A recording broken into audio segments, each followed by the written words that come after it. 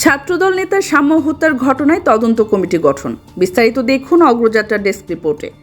ঢাকা বিশ্ববিদ্যালয়ের শিক্ষার্থী ও sir AF Rahman হল শাখা ছাত্রদলের সাহিত্য ও প্রকাশনা সম্পাদক শাহরিয়ার আলম শাম্য হত্যার ঘটনায় প্রধান ৩ আসামিকে গ্রেপ্তার করেছে পুলিশ।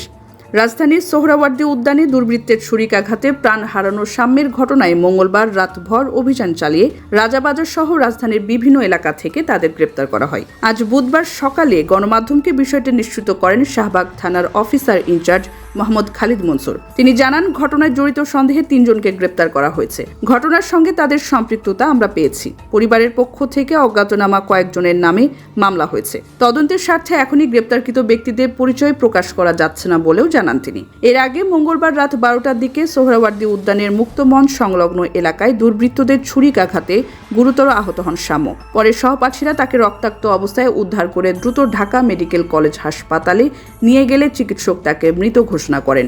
নিহত শাম্যের সহপাঠী আহত বায়েজিদ বলেন, আমরা ৩ জন ক্যান্টিন থেকে বের হচ্ছিলাম। হঠাৎ ৮ থেকে ১০ জনের একটি দল আমাদের ঘিরে ফেলে। তারা কোনো কথা না বলেই হামলা চালায়। শাম্যকে একাধিক ছুরিকাঘাত করা হয়। প্রচণ্ড রক্তক্ষরণে সে দ্রুত নিস্তেজ হয়ে পড়ে। আমরা তখনই তাকে মেডিকেলে নিয়ে আসি, কিন্তু চিকিৎসক জানিয়ে দেন আর কিছু করার নেই। উল্লেখ্য, শাহরিয়ার আলম শাম্য ঢাকা বিশ্ববিদ্যালয়ের শিক্ষা ও গবেষণা ইনস্টিটিউটের 2018-19 শিক্ষাবর্ষের শিক্ষার্থী ছিলেন।